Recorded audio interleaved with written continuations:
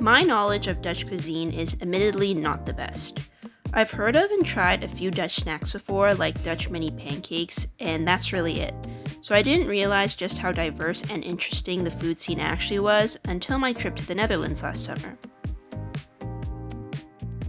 After a long plane ride, we were starving, so we decided to grab a bite upon our arrival at the airport in Amsterdam.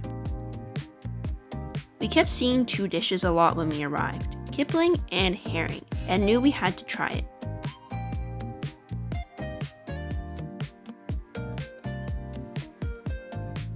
Kipling is made up of bite-sized pieces of fried fish, kind of similar to fish and chips, but cut into smaller chunks, which makes them extra crispy. The batter is seasoned with spices like paprika, pepper, and garlic powder, which adds so much flavor, and they're usually served with tartar sauce or a creamy garlic sauce. Kipling originally started as a way to use leftover pieces of cod like cheek meat back in the 19th century.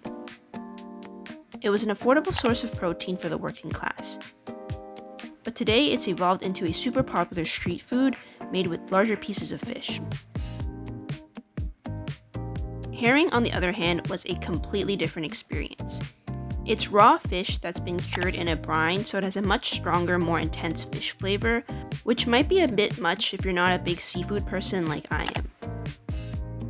But it's typically served with pickles and onions, which helps cut through that intensity and balance everything out.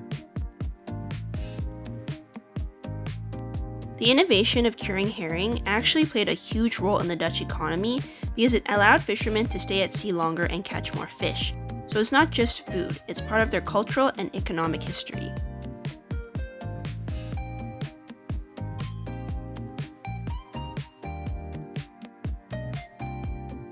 These two are considered staple snacks you'll find at fish stalls all over the Netherlands, and we love them so much that we ended up eating them almost every day. There were even days where we had them for both lunch and dinner.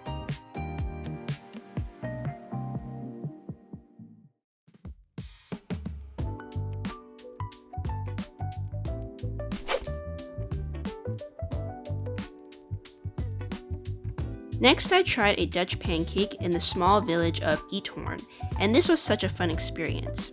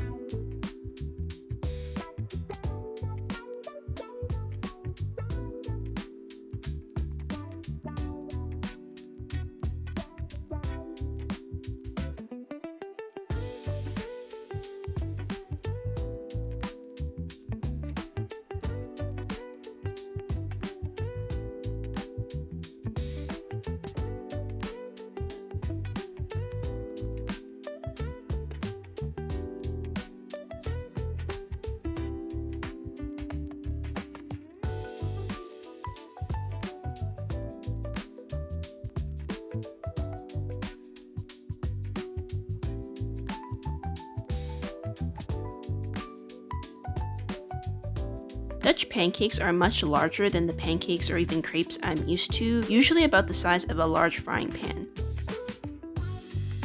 They're thin but still have a bit of structure with slightly crispy edges and a soft center. You can add all kinds of toppings, sweet or savory, but the most traditional Dutch combination is actually a sweet and savory mix of syrup with bacon, caramelized onions, and shredded cheese, which I really loved.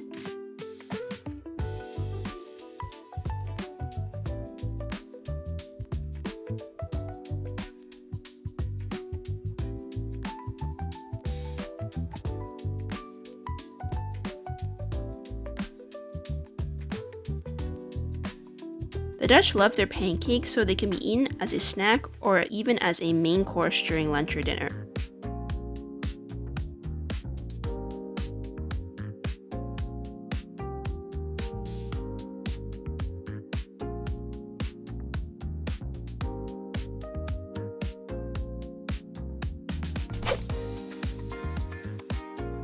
Another staple food in the Netherlands is actually influenced by Indonesian cuisine.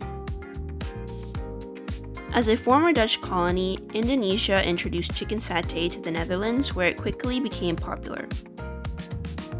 The chicken is grilled and served with a rich peanut sauce that has a slightly sweeter profile, but also a deep umami flavor.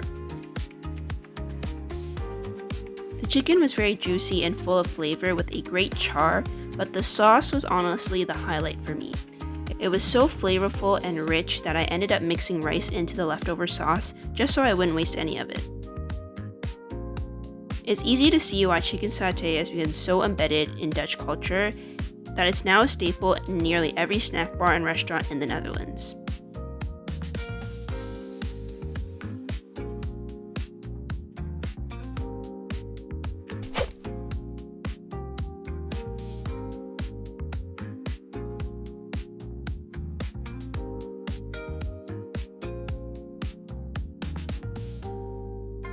And lastly, of course I had to try Dutch apple pie. You'll find it in almost every cafe and bakery in the Netherlands, and it's not just a dessert, it's often eaten in the morning around 10 or 11 a.m., and is also commonly served at special occasions like birthdays and weddings. It's not overly sweet. Instead, it relies on the natural sweetness and slight tartness of the apples, which gives it a much more balanced flavor.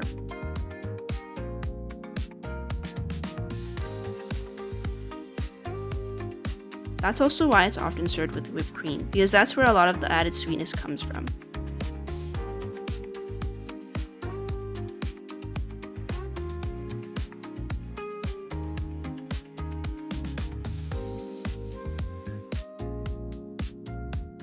The texture is different too. Instead of a flaky crust, it's more thick and crumbly, which I actually really liked.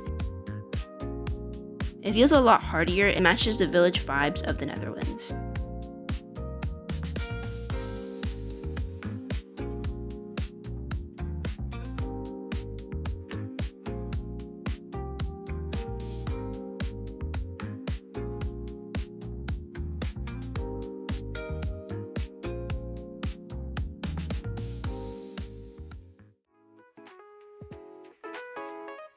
Trying all these foods really changed my perspective on Dutch cuisine.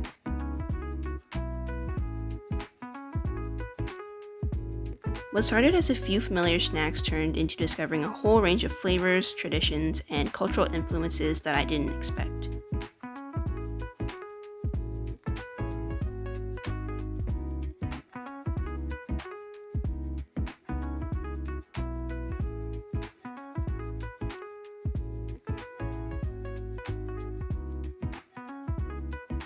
Each dish had its own story, whether it was rooted in history, shaped by practicality, or influenced by other cultures, and that made my trip to the Netherlands so much more meaningful.